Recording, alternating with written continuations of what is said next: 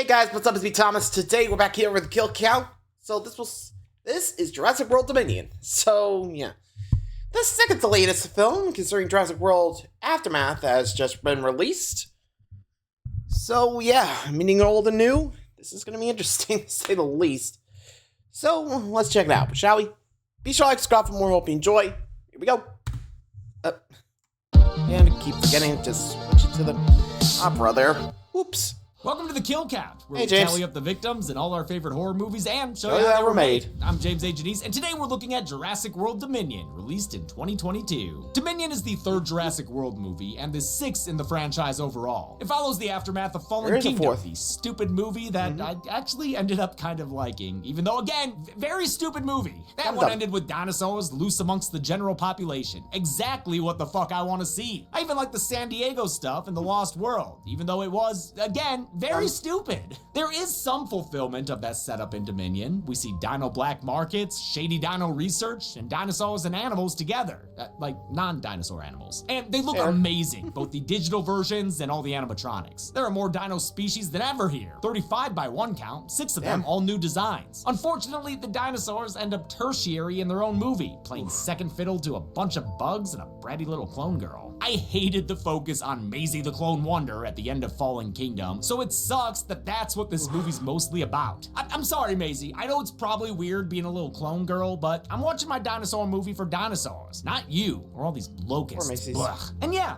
why are we making a sequel about locusts at all? Did we learn nothing from Exorcist 2: The Heretic? Dominion ends the first Jurassic World trilogy, with the next film, Jurassic World Rebirth, a whole new thing with whole new characters. And honestly, thank God. Dominion's also meant to bridge the gap with the older films, so it crams all of World's and the OG's characters into one movie that ends up being an exhausting 2.5 hours long. There's actually an extended version too, which is 12 minutes longer, that people say is better, but this kill count's gonna use the version people saw. You know, the one that made $1 billion at the box office. You people let this happen! If the extended scenes really fixed the movie, then they should have been included in the theatrical release. Instead, they were cut so the movie could be screened more times in a day and make more money. That is actually what happened. Anyway, the whole thing's a bloated mess. Half the time it feels like a jet-setting Bond film. What the fuck? You've got so many B-plots and characters, you'll get whiplash watching this thing. And seriously, the fucking bugs, God, and the clone girl, just give me dinosaurs. There are some action scenes I appreciate, and the OG actors revive their characters well, but we're still stuck with Owen Grady, who's just like, guys, he's the least interesting hero ever. There is nothing to this man but hands and handsomeness, and of course, a little bit of snark, which permeates the whole film. I hate the detached, sarcastic humor. Like, no one's ever allowed to let a moment have meaning. You were the only you who ever was. Is that, like, really corny? That's so corny. Can we keep that between us? Can't promise that. I have strong feelings about the Yeah, I guess really goes to show you, you gotta let the snark just come in slowly. If the whole thing snark, just, like... And yet, well, considering it's Jurassic World, they're like, ooh, maybe it would be better. I know what's happening. No, nope. I feel like they just want the dinosaurs. Like, I mean, fair enough, but yeesh. Can't you blame them? I mean, hey, dinosaurs is still there. I mean, they're still awesome, but anyway. Jurassic movies. OGJP may be the best movie ever to me. I just love it so damn much. The sequels, there are things I like and things I hate about them, but Dominion's gotta be at the bottom, man. Maybe JP3? Alan. I don't know, it's Fair close. This movie is just action without stakes and quips without heart, with only occasional enjoyment, mostly thanks to dinosaurs, not fucking bugs. Will these dinos... Who's texting me? Who texted?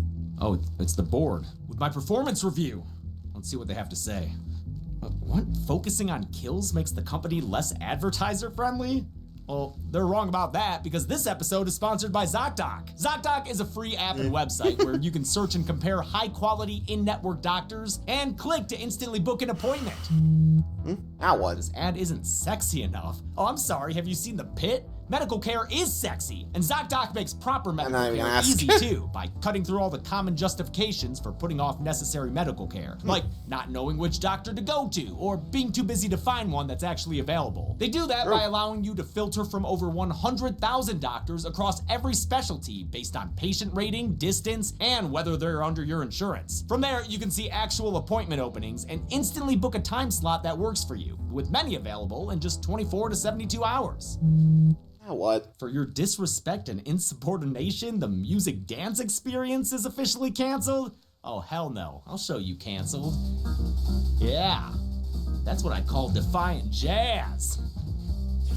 Yes. Oh, jeez. All you need to do to stop putting off those doctor appointments is to go to ZocDoc.com/killcount to find and instantly book a top-rated doctor today. That's ZocDoc.com/killcount. ZocDoc.com/killcount.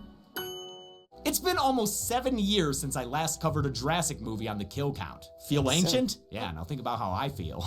Let's get to the kills. Here we go. Time to get this thing all The rolling. movie begins in the Bering Sea, where a boat is doing some shallow sea fishing. That is, until a motherfucking Mosasaurus pops out the water and chows down. Wow, this is actually awesome. Yikes. A dinosaur just caused a capsize. I can't count kills from the ship, because none were verified from that incident, but we do see a report that 37 people have been killed in general, and since the text is over this dash cam footage, I'll count the driver who drives off the cliff, John Kramer style. And now this video shows dinosaurs in our world, just like the end of Fallen Kingdom promised. Welcome to Jurassic World. I am so on board. I mean, look at this little girl getting Kathy Bowman. Yes! I love this stupid, silly setup and seeing dinosaurs act like Q the Winged Serpent. That's a 1982 Larry Cohen film. We get a bunch of recap in the Now This video. It mentions the Jurassic Park incident from 30 years ago, Jurassic World's closure in 2015, and that volcano going off in Fallen Kingdom. Remember when they killed Alan Grant's Brachiosaurus? Yeah, it was real sad. Fallen Kingdom ended with Park co-founder Ben Lockwood, who had definitely always been there the whole time, being killed, his compound burning down, and his dinosaurs unleashed onto the world after his granddaughter let them free. They're alive. Like me.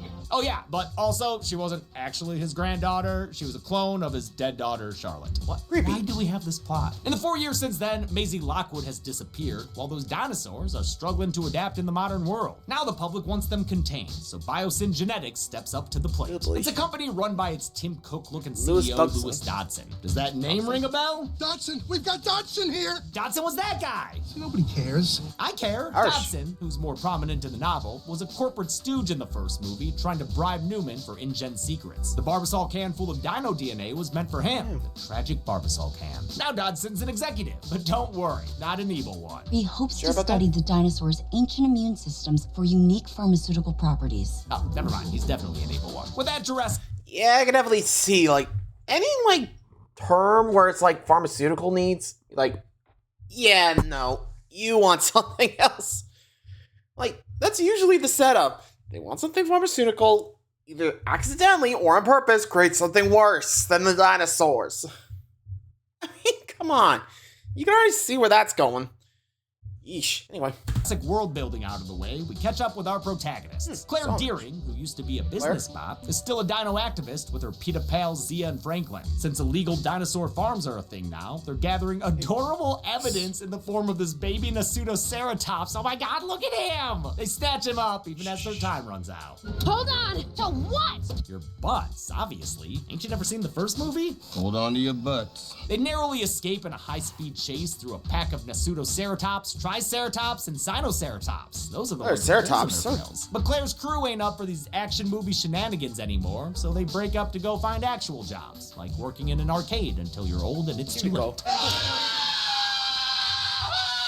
Claire's still with Owen, meaning they're in the Scream 4 stage of their relationship. Too bad they still don't have any chemistry. That kiss almost looks like the time Pratt kissed Howard in Jurassic World without her knowing. Owen Grady is still terminally cool, having gone full cowboy and wrangling stray dinos for the Department of Fish and Wildlife. Get the fuck out of here. How you about to lasso a full-grown Parasaurolophus? I don't care how badass you are. Those arms would be out your sockets. He eventually uses his Jedi powers to quell the beast. You know, that thing he had practiced with Blue's pack from birth to be able to do with them? Also, where's he take that dinosaur? We never see it again. And I want to see these dinosaurs as much as possible. They look great. ILM returned to make the digital versions, having been with the series since the beginning. But back in '93, they made a mere 70 CG dino shots. In Dominion, they made around 900. They had to make 40 different dino species and build them out layer by layer with realistic musculatures to make sure they move naturally. On the practical side, Neil Scanlon, who did the amazing animatronics for Fallen Kingdom, was originally going to return, but wound up having a scheduling conflict. Thankfully, John Nolan stepped in with his studio to create 38 animatronic dinosaurs from 14 different species, the most animatronics ever in a Jurassic World movie. Remember, OG World only used a single animatronic. Fallen Kingdom stepped it up bigly, but Dominion manages to have even more. Nolan was plenty prepared, having worked on the Harry Potter films and the Netflix Dark Crystal prequel. Grady and Claire have been raising the clone girl Maisie Lockwood in secret and teaching her cool knife tricks. But she's no longer just a silly sausage. Silly sausage. She's hit her moody teenage clone years, so now she's sneaking out, asking questions about her clone mom, and helping apatosauruses out of construction sites. A typical teenager. Cutest dino ever Blue is out here too, I guess keeping an eye on Owen. She's got a little raptor baby of her own. Oh, holy crap, new cutest dino ever just dropped. Sorry, Blue, but I mean, look at her. Hey, don't snap at me, Blue. I'll make Owen give you the hand. Yeah, go on and get.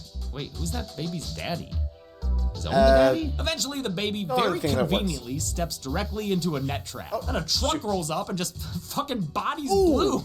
Damn, y'all just hit a raptor off the cliff. Ouch. The head poacher here has been watching Owen's dinosaurs and has spotted their little clone girl too. So after Maisie runs away from home with a whole lot of attitude, she's cornered on a bridge by the bad guys and gals. Owen gets there just in time to see them murdering his daughter's bike. You bastard! He and Claire want to chase after them, but they're not the only parents who have been wronged. They took her kid too. Owen has a fucking discourse with a raptor and makes a blood pact to bring that baby back raptor back home. I want my baby back raptor. To help track down Maisie, they call Franklin, who now works at the CIA's Dangerous Species Division. He gets to watch terrified kids all day. Oh man, lucky him. Greasy poacher guy's got a file looking like he escaped from Azkaban, and Frankie Boy tells them his name is Rain Delacourt. Delacourt's about to do a deal in Malta the next day, but luckily the CIA has plans. Wait, are you serious? It's fucking Jake Johnson and Lauren Lapkus? They were like the web admins in Jurassic World. What skills do they have to be CIA agents? Come on, man, she's Ho-Ho the elf. More believable as an agent. Well, to be fair, CIA are more good use to the tech issues, I guess. I don't know. You got me. I mean, they know about dinosaurs and how to keep them contained since, well, I'm not sure how long Jurassic World was around before, well, the 2015 incident with the Indoraptor. Or Dinosaur. You know what I mean, right? Just saying, you'd be surprised.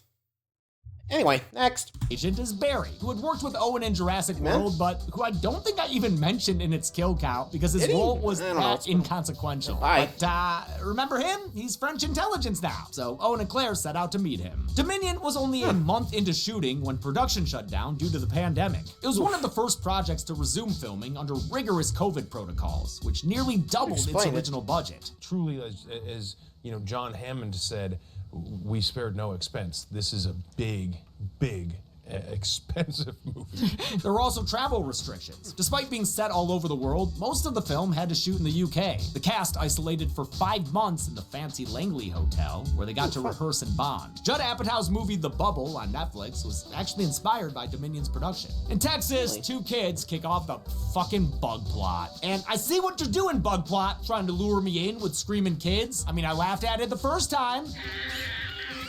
And the second time, and yeah, you got me here too.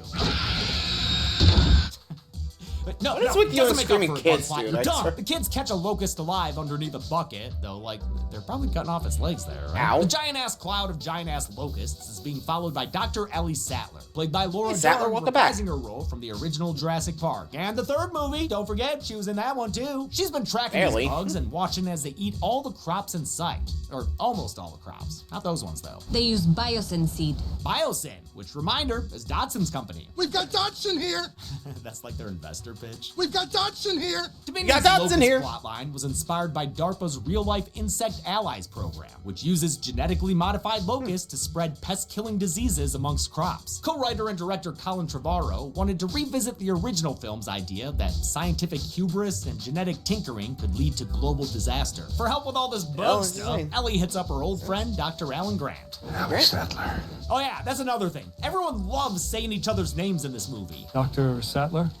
Dr. Grant? I'm Lewis. Dodgson, yeah. You're Lewis Dodgson? I am. Dr. Ellie Sattler and Alan Grant. Maybe Lockwood. Dodgson. Dodson! Alan Grant's been working in Utah, sounding like he just researched a technology in Civ. Why do we dig? Because paleontology is science, and science is about the truth. He leads a lonely life, so he's happy to see Ellie, especially when she mentioned she divorced her husband, State Department Mark from Jurassic Park 3. what happened to That him? means she's single. You coming or what?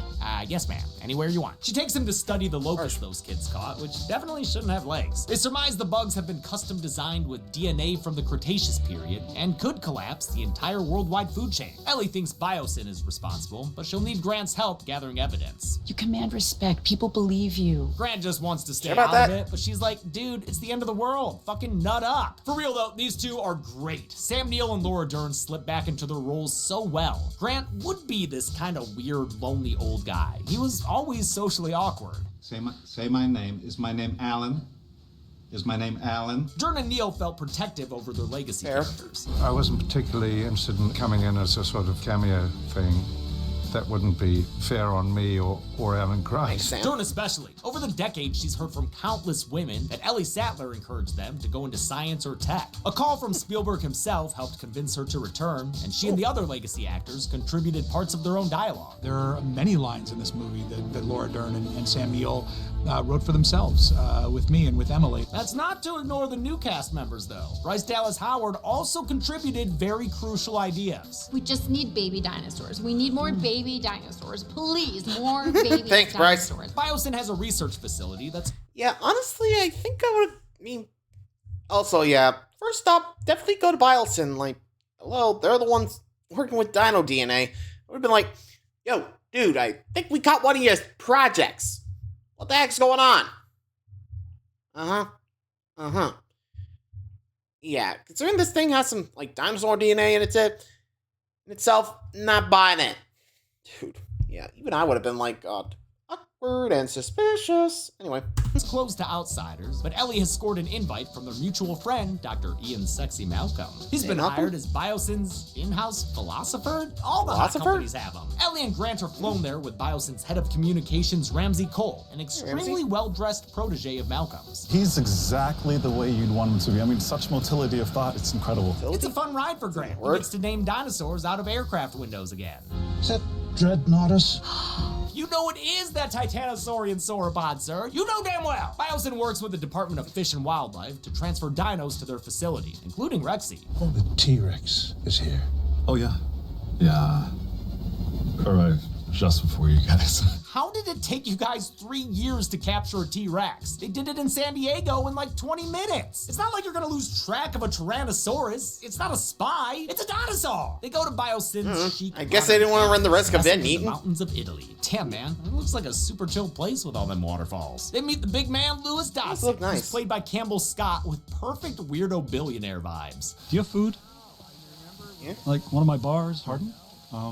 No, never mind. Scott is a recasting of the character. I mean, the first guy was barely in there, and also, they're that. hiring him again. They find Malcolm giving a lecture to adoring fans. Oh man, they are into him. He's like chaotish Indiana Jones. We saw Malcolm briefly in Fallen Kingdom, but now he's back for real, so Jeff Goldblum can do his whole, Jeff Goldblum shtick. Unforeseen consequences occur. The OG trio reunites, which, it's pretty cool. Wow, this is so trippy. All three looking fine as hell, too. Though I'd prefer not to hear them use modern slang. He slid into my DMs. No, come on. That's Come on, Dr. Ellie guys. Sattler. Don't make her say that. That's bullshit. At first, Malcolm acts like he don't give a fuck about the world's food chain, but when a Cappuccinosaurus provides a convenient steam stream, he lays it all out for Ellie. He's on to Biosyn's devious plans and gives her a card key and instructions on where to find the locusts. Okay, don't get jealous now, Greg. Thanks, Ian. High above, Dotson watches like an awkward evil eagle. He heads down to his Bond villain lair, a secret lab where we meet the man who designed these locusts, James Earl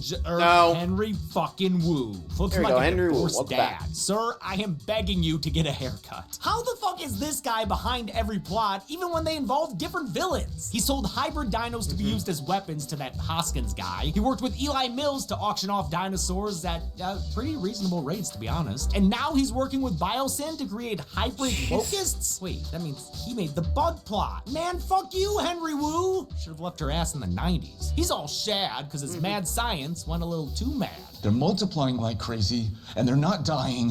This is gonna be a global famine. He didn't think the genetically engineered leopards would eat his face. Dodson No, didn't care, you though. think? Biosyn seed will be intact, so they'll make a profit and control the food chain. We want control. Just saying the evil bad guy part aloud. He calls his criminal contact, Soyona Santos. Dog, 45 minutes in, and all of a sudden we're in Malta with Miss Casey? Yeah, it's Dyken Lockman, who reprised this role in the animated series Chaos Theory, which is kind of like a Lion King 1.5 for the Jurassic World movies. Just remember, at any given moment, a bunch of animated teens are running around just out of frame. Soyona is a dinosaur smuggler, but today she's taken on different cargo in the form of Maisie. Owen and Claire get to Malta and reunite with Barry through a teleporting cut. He gives them super spy earpieces and leads them to the Amberclave Night Market. It's an underground dinosaur bazaar, so seedy it feels like Watto should have a stall somewhere. This Dino Black Market was built on the 007 stage at Pinewood Studios by production designer Kevin Jenkins. He's responsible for all of this movie's many sets. Apparently, there were 112. Every new set, you're just like, what? Well, as I said, This there are one's no probably my expense. favorite, though. I love the detail in every square foot of this place. They're selling dino skin bags, dinosaur eggs and incubators, a baby Microceratops, and they even have a dino fighting pit. Man, that's messed up. This was the biggest scene in terms of practical dinos, with some puppets having 7 people working them from underneath the floors. Look at how good this baby Sticky Moloch puppet looks, shaking its head around. And if this whole situation reminds you of Mos Eisley, well, that's what Trevorrow was going for. Just to be able to go into this hive of scum and villainy. Claire immediately Honestly, latches onto another I was gonna American, expect, like, former Air Force pilot named Kayla. She's a smuggler nowadays. In fact, she smuggled in Blue's baby to Biosyn. That was when she saw Maisie Lockwood, who Claire says is her missing daughter. Kayla feels a little guilty about not doing anything. Sorry, I can't get involved. But only a little guilty. The boys scope out an exchange between Delacorte and Santos. She's selling a truck full of Atrociraptors, which, yes, is their real-life name. The species was discovered in Canada in 1995, but just like with the movie version of Velociraptors, these are way bigger than the real animals were. Yeah, the Atrociraptors operate with the same laser pointer targeting system as the Indoraptor from Fallen Kingdom. But the bad guys don't know this whole thing's a CIA sting, which continues the Bondification of the first hour. I mean, Santos even looks like a Bond villain. Or I guess historically, like a secondary antagonist. Like, you know, the big bad secondary. fatale. A shootout starts where no one visibly dies, and Greasy Delacorte gets away from the CIA. But Owen Grady's a one-man 3-letter agency, and he'll get that bad guy by being a badass, even though he does almost get Dieter starked. Delacorte fights back by releasing an Allosaurus and a Carnotaurus with a broken horn. It's the same one from Fallen Kingdom. She was at Lockwood Manor and helped Rexy eat Eli Mills at the end. Well, thanks for that spotlight. I feel like the belle of the ball. Well, I mean, you're only in this one scene, dude. No. Why you gotta be like that, jackass? Owen tries his stupid hand thing with them, but it doesn't work. Yeah, he still too escapes. big for you, buddy. Run. Dinos cause a solid fire stun. Huge. Oh, wait, make that a double fire stun. Oh, wait a minute. Oh, yeah, it's a double kill, too. You can see the Allosaurus eating those guys in the background there. Owen and Delacorte tussle in the fighting pit next to this hilarious little Muppet guy. What is that? What, a Lystrosaurus? Wait, hold up, and his name is Leonard. Leonard? Oh, cute. Leonard? Leonard and a baby Carnotaurus freaking crucify Delacorte, who tells Grady he gave Maisie to Santos earlier. Then a Baryonyx breaks its chain and walks over to eat him just off Right screen. in the head. Owen relays the info to Claire, who goes after Santos. The CIA dudes stop the truck full of dinos with a spike trap, sending it crashing into a nearby building. However, when Barry and his men move in for the arrest, Santos releases her precious cargo and uses her laser pointer to sick him on the agents. She's gonna kill him via zoomies. The Raptors tackle one dude off screen and add him to the count while Barry takes shelter shelter in a nearby boat. As Santos makes her escape, Claire grabs a taser and chases her into an apartment. They have a fight with vases and ineffective knife swipes, but Claire shockingly gets the upper hand. Santos reveals Maisie's been taken to Biosyn, but before Claire can find out more, Santos sicks another raptor on her via laser. You know, Santos, if you had a gun, you could have just shot her there. Would have been faster than this laser bullshit. Feel like Scotty Evil pointing that out. But then we wouldn't get a rooftop chase through Malta that ends with Claire in a precarious position. Kayla sees her and decides to get involved after all, catching her in a little truck. Hold on tight. What? Kayla's played by DeWanda Wise, who starred in Imaginary, which I interviewed her for when it came to streaming last year. Owen rescues Barry, and the two reenact their trick from Jurassic World to capture their dinosaur foe. It's just in time for Santos to come back, so Barry can arrest her and remove her from the rest of the film. Owen kicks his badass mobile into high gear and leaves, but Santos laser tags him on his way out. Aw, now his vest is gonna make a noise, and he won't be able to shoot his blaster for like 10 seconds. We get a dual car and motorcycle chase through the streets of Malta, during which one scooter duder gets snapped up and eaten in a public square. I don't love how spy flick the Malta stuff feels, but I will say these dinosaur chase scenes are pretty damn cool. Lots of great moments, like a raptor getting clotheslined by a pipe and some interesting motor stunts. The visual of dinos in an urban setting is exactly what I wanted from Dominion. Plus, part of the chase is done without any music, which I think is really effective. The engines and dinosaurs are enough of a soundtrack.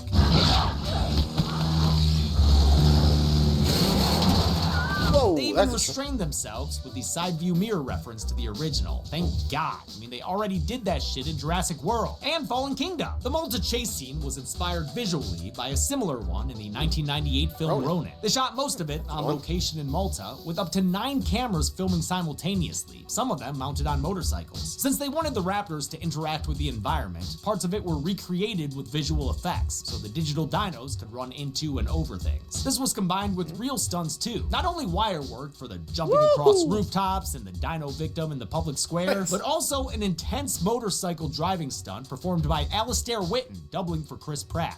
He looked like a Frankenstein with that fake head. While Alistair was being a real-life badass in Malta, the principal cast had to shoot their parts in the UK. They were never actually in Malta, which kind of blows my mind. Special rigs with 70 cameras caught their emotions with high-res scanning that was then mapped onto the stunt performers' faces. The visual effects in this movie are insane. Hats off to VFX supervisor David Vickery and his team. And his mustache. The ladies managed... Well, let it be known. Jurassic World. Or the Jurassic franchise. Well, that may not make any sense, but you can always count on some great CGI, you know? I'm just saying. Like, if you want to learn, like, some great CGI, check out Jurassic franchise. I'm just saying. I mean, you gotta admit, it is impressive. Anyway.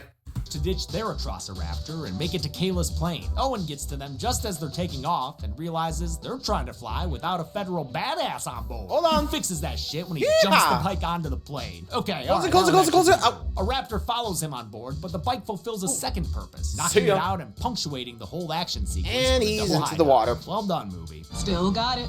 Let's not get ahead of ourselves. Claire struggles with her seatbelt, a la Dr. Grant, as the plane heads towards Biosyn HQ. That's where Maisie's introduced to Henry Wu, as they're joined by baby Blue, who Maisie has nicknamed Beta. Ha, Beta cook. Henry reveals that Beta ain't got no daddy. You know, when we made Blue, we used monitor lizard DNA to fill in the gaps in her genome.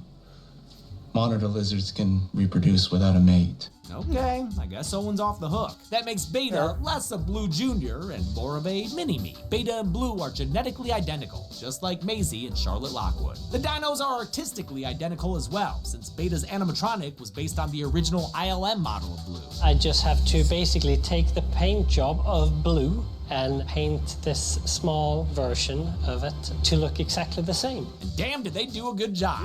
Look at that little guy walking around with those green rods attached. It's so cute. It is seriously remarkable how much it looks like a real freaking animal. Way more than that Blue stand-in waving his tail around. We get a little retcon for the clone girl. Last movie, the bad guy said she was cloned by Ben Lockwood as a way to bring his dead daughter back. But now, video diaries reveal she was created by Charlotte herself. So I do have a mother. Yep. just not a father. That reminds me, Maisie, do you have a moment to talk about Jesus Christ? Charlotte grew up around Henry and the other scientists at the InGen facility on Site B. She eventually became one of the lead geneticists at the original Jurassic Park. She was there the whole time. The vlogs also retcon Charlotte's death as a quirk of nature instead of a car crash. Wu says she died of a genetic disorder she discovered late in life. Maisie was born with the same disease, but Charlotte figured out a way to edit her genes and cure her. That's why Henry had her kidnapped and brought here, so he can replicate Charlotte's research and use it to fix his Locus problem. That stupid fucking Locus problem. Maisie's not convinced, and yeah, you and I would have been like, how am I the cure to that? Like, wrong DNA, I'm just saying. Sounds like a little just villain sweet talking, like, come on, you know you want to help us rule the world. Really? You know that's not gonna work. Anyway. When Wu's not looking, she grabs his Nintendo Land bracelet and unlocks the baby raptor cage. Run away! Go. Elsewhere at Biosyn, Ellie and Alan are shown around by Ramsey. They get to see dinos recreated in their purest form, meaning they've got feathers. Yeah! That real-life theory became popular after the original Jurassic Park had come out. So, to explain the scaly dinos in the franchise, Wu mentioned in Jurassic World that gene splicing with reptiles distorted their appearance. There have been nods to the avian reality, but here they make it clear. Dinos look like birds, just like this adorable Moros Intrepidus, which is kinda like a tiny T-Rex. A T-Rex. Grant and Sattler nab some costumes and use Malcolm's clearance to enter the underground lab. They locate Locus Central and successfully retrieve a sample. This Locus was the only animatronic one in the movie, once again created by Nolan and his team. It was about a foot long and had motors to move its face housed in its body, with its legs moved around by rods and motors attached underneath. ILM added a few more legs digitally in post. Maisie's great escape sets off an alarm that sends the buggos buzzing, which is definitely gross, but hey, at least it gives Grant and Sattler a chance to rekindle old flames. And that's when Maisie comes across them. Hi. Just what every 14-year-old girl wants to see. More horny old people. They all meet each other and run into Ramsey, who reveals himself as a whistleblower working with Malcolm. He gives them an escape route in the form of the company's Hyperloop. Dude's doling out all kinds of kindness. While they're leaving, our other trio is trying to arrive. Unfortunately, Santos called ahead and tattled to, wait, who the fuck is this guy? A character we sure as shit don't need, I'll tell you that. He tells Dodson about the incoming parents, so they release Biosyn's anti-aircraft defenses. That's another plane, right? Not quite, Owen. Quetzalcoatlus. Oh shit, dude, it is actually cute. I mean, kind of. Quetzalcoatl, the winged serpent from that old movie, is an Aztec deity often depicted as a feathered serpent. Quetzalcoatlus is a real pterosaur species named after the deity when it was discovered in the 70s in Texas. As far as we know, it might be the largest flying animal to have ever lived. That's why it's able to mess up their plane in record time and then peace out. Kayla only has one parachute, and Owen decides that Claire's the one who gets to eject and use it. What? Sorry, lady. From Howard. He wishes her the best and sends her off with a romantic cheek kiss. God, no chemistry at all. Claire goes flip-flopping into the sky in one of my favorite shots of the movie. Her dumbass plane falls apart quicker than the parachute when the Q-Sauruses tear it up worse than the pterodactyls did to Billy's glider in JP3. Claire's able to deploy her backup chute just in time for a rough landing. Owen and Kayla brace for an impact of their own as they crash into a frozen river. Don't worry though, Grady's able to bust the hatch open like he's freaking Captain America. How do you do that? The two emerge completely dry and unscathed. None of these characters are ever truly in danger, and it's fucking boring, dude. Also, it's pretty funny that these two are fine and Claire's by herself in the jungle really far away. Probably should have just stayed in the plane, huh? But I guess Owen didn't want to risk it. You really love her, huh? Yeah. Yeah, make sure you keep telling us that movie, because you sure as shit ain't showing it. A feathered pyroraptor becomes their threat of the moment. But again, we know none of these characters are gonna die, so we can just skip all the Jaws shit until they're safe behind that gate. But hey, at least I can believe that gate would actually hold off a dinosaur. Remember when that wooden dumbbell door stopped a fully charging Indominus Rex? I will shout out the VFX team at ILM yet again, because feathers are way harder to make digitally than scales or skin. They had to make a whole new system for it, since it's a lot of individual parts moving all together. Each feather could have 1,000 curves to define it, and with thousands of feathers on a dino, you end up with millions upon millions of curves. Then you have to make them react to the environment and make them look wet. Not an easy task. Owen and Kayla set off to track down Claire, who's currently hanging out in the woods. She's joined by a blind Therizinosaurus, who's a herbivore, but like a mean one. Just ask this deer that's in its way. In a cool shot, Claire army crawls into dirty pond water, allowing her to avoid the Therizinosaurus's echolocation location.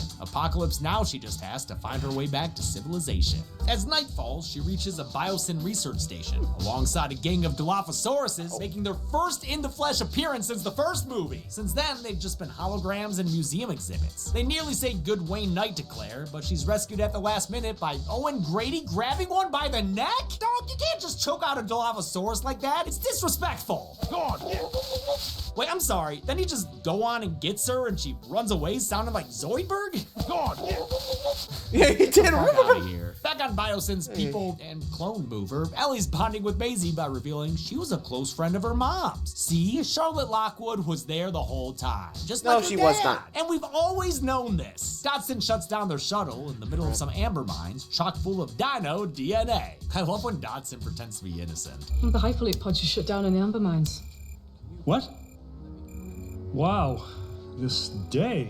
Can we please see a version of this movie with Nathan Fielder in that role? The tech-tagonist is cleaning house, deleting evidence, and firing pesky do-gooders like Malcolm. He even gives some harsh words on the way out. He's exploiting your enchantment with these. I mean, yeah, that's true. I am enchanted with dinosaurs, and this movie is exploiting that. As a severance, yep, it is. Ramsey gives Malcolm a map to find his friends and the keys to a jeep. In the mines, Maisie and Doctors Will They Won't They are beset upon by a bunch of Dimetrodons making their Jurassic movie debut. I had a JP toy of this guy growing up. In fact, the same one that's back there, even though they're not technically dinosaurs. They're synapsids, more closely related to mammals, and actually went extinct before dinosaurs were even a thing. The Dimetrodons are yet another instance of Nolan's incredible animatronics. They began as clay models made in the art department, which were then scanned into computers, turned into 3D models, 3D printed, and finally turned into 7-foot-long animatronics / puppets. I love the human arms sticking out to control the legs. The process. As per usual, several parts were radio controlled, including the eyes, the nose, and the mouth and tongue. The actors appreciated how real the experience was. To be able to work with the 3D thing rather than it's right here in your face. Makes life so much more vivid. The not dinos chase the gang to a gate where Malcolm is waiting for them, and though he doesn't have a code... I didn't know there was going to be a code. I didn't know there was going to be a code. Ramsey is able to discreetly free them from a computer without anyone noticing. The old friends are reunited again, this time with Maisie. Maisie, Malcolm, you're on the poster. Yeah, come on, let's just go. With the Locust plague becoming a global disaster, Dodson decides to burn the evidence by, setting the locusts on fire. They actually burned down the locust set for real, with ILM integrating the digital burning locusts into the footage later. Dodson learns that Henry's bugs are just too brawny though. Instead of burning up, they escape their enclosure and start wreaking havoc on everything around them. Flaming locusts falling out of the sky? Now they're engineering hybrid planes. The crispy critters cause Malcolm to crash the Jeep, which then falls down a very steep hill. Ow, oh my God, that car flips hold on, a billion times, and yet there's not one bruise or broken bone among them? Ridiculous. Even more conveniently, they barrel rolled right into Owen and Claire's hero shot. Finally, we're more than an hour 40 in, and we longer than most back. horror movies, and we're just now getting to the full cast meetup this movie advertised so heavily. Mirror images are projected, even more so when a Giganotosaurus arrives. Don't move. See, Grady's like the new Grant, except without any flaws or character traits. This new alpha species of dinosaur was mentioned on the plane coming in and encountered by Owen and Kayla earlier. It even bit the T-Rex on its snout and sent it packing. Now it's here hunting more manageable prey, and a lot of them. Watching this many characters try to hide behind a Jeep is just comical. The group tries to get inside the research station in one of the film's worst constructed sequences. Like the Giganoto dig bites a cage, you think the ladder's messed up, but all of a sudden everyone's up there on top together. Oh, and let's not forget to reference the original movie again when Malcolm uses a burning bug as a distraction, just like he did to the T-Rex with a road flare. And no need to worry, because he's definitely not in any danger, not even after he makes this dino a dragon. They end up using every weapon at their disposal. Grady shanks the thing like it were a prison rival, and eventually the dinosaur leaves right in the eye. The Giganotosaurus was a real dinosaur, which I'm glad so they many real returned dinos. to after the designer and hybrid stuff of the last two movies. They used a fully CG model sometimes, which went from 2D drawings and clay sculptures to models built with accurate skeletal layers. While the Giga's body was always CG, the movie seamlessly cuts back and forth with a version that does have a practical head, a car-sized puppet with a jaw that could open and close. This thing had a tongue the size of a surfboard, eyes that were 12 inches wide, and individually crafted teeth that were then inserted into its mouth. The whole rig together was 65 feet long, weighed 9 tons, and took 6 hours hours to move from one set to another, where it was operated by 15 puppeteers. I cannot stress how the awesome this amount they is. go I love into how the you can dinosaurs, feel them you gotta actually love it. touching this thing. Like, come on, it's real. It's actually there. Everyone takes a beat to recover and hatch an escape plan like a baby dinosaur. This is a very fan servicey scene. Jurassic World? Not a fan. Yeah, me neither, dude. This movie's making that one look a lot better. They even tease some Malcolm memories before Kayla motions for him to button it up. Come on, Kayla. That's what we're here for. See how sexy that man is? Kayla says she can fly them all out of here in a helicopter, but they'll have to reach the main complex first. A wildfire has broken out, meaning we're back to burning dinosaurs again? Oh, man. They order an evac and send neuro signals to the dino brains, telling them to come to Biosyn headquarters. You know, the place where all the people are, too. But even though everyone's running around in a panic right now, we don't have to worry about them because we never see them again. All these people, they just fucking disappear. Great job, movie! Dodson's so mad. Well, to be fair, with how things went with Park and World and all that, you blame him for making sure these things are actually working well to make sure everyone gets out. I mean, I'll give him credit. World building, pretty good there. I mean, hey, I know people want to see people get eaten by dinos, but then again, do you expect anything less when you have like 3 tragedies or, you know,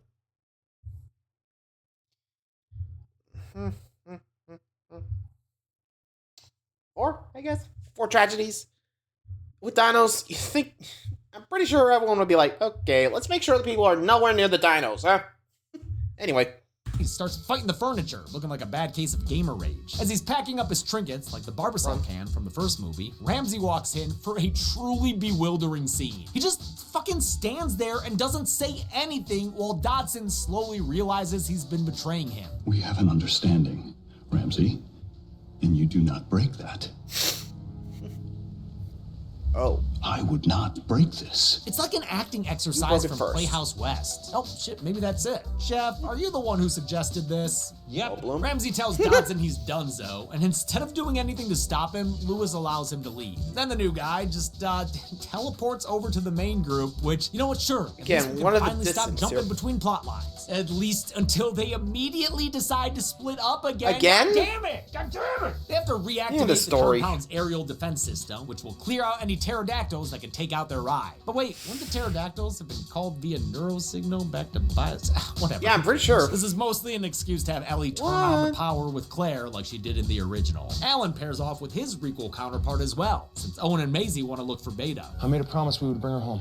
You made a promise to a dinosaur. They follow her tracks to Biosyn's Steamy Pipes facility, where the Junior Raptor gets a Junior Raptor trainer. Hey! Eyes on me. Oh, now she's doing the fucking hand thing? Oh, not you too, Grand. Oh, come on, man. Not you too. Why does this look like Sam Neill took his granddaughter to Universal? The stupid force powers hold the dinosaur at bay long enough for Owen to shoot it with a trank. Due to some Malcolm miscommunication, Claire accidentally causes a blackout. That's bad news for Dodson, who's currently trying to escape aboard the Hyperloop. He tries to walk the rest of the way, but gets spooked by the tunnel's Halloween fog machines. Come on! Oh, and a Dilophosaurus. He runs back to the shuttle, only to find a couple of stowaways waiting aboard. Dodson is given a Dennis Nedry face shave before he's finally killed off screen.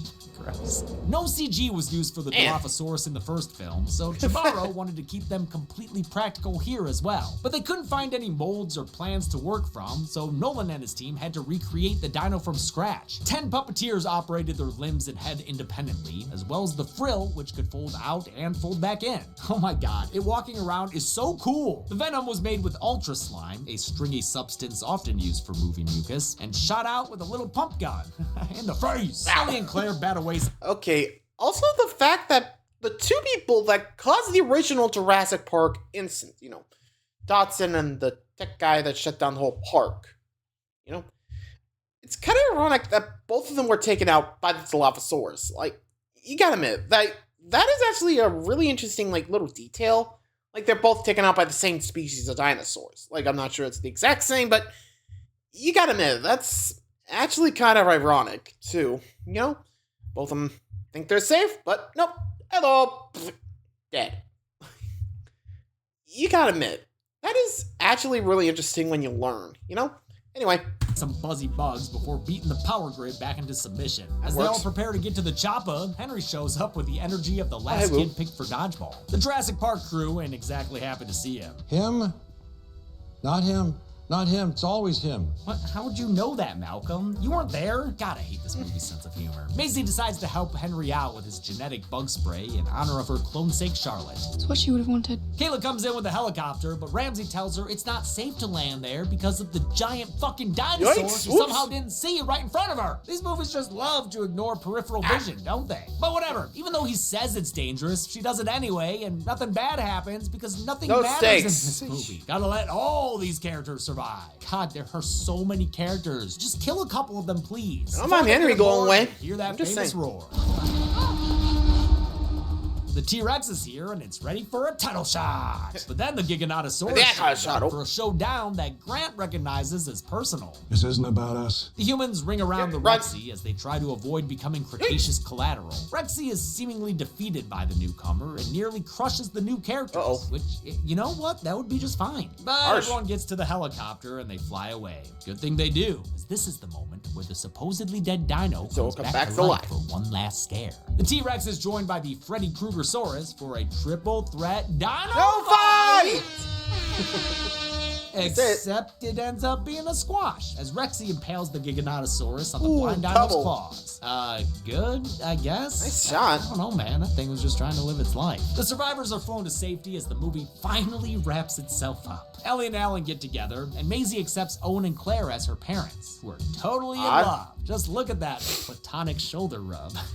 God, there's more chemistry between Kayla and the chick she's flirting with. Kayla gets a new plane, good for her, and Malcolm and Ramsey expose Biosyn's actions to the press. Henry Wu, who we've seen party to like half a dozen different evil schemes, fixes the bug problem he created in the first place. And I guess that means he doesn't go to prison and is free to walk around reenacting Gladiator as he pleases. As for Beta, Maisie goes on a family outing and returns her to Blue. Mama Raptor and Owen share one last look before she turns in the next film away, which is definitely not something we've already seen at the end of both the other Jurassic World movies. No, it isn't. Nope, this is a new and very heartfelt, touching moment, I promise. The movie ends with a montage showing dinosaurs integrating with other animals. You've got pteranodons and birds, parasaurolophyi and horses, and triceratops joining the circle of life. But most importantly, Mosey the Mosasaurus finally gets some goddamn peace and quiet. Did Dominion have as many kills as it did characters to keep track of? Let's go find out. Get the numbers. What is that? Uh-oh. Oh.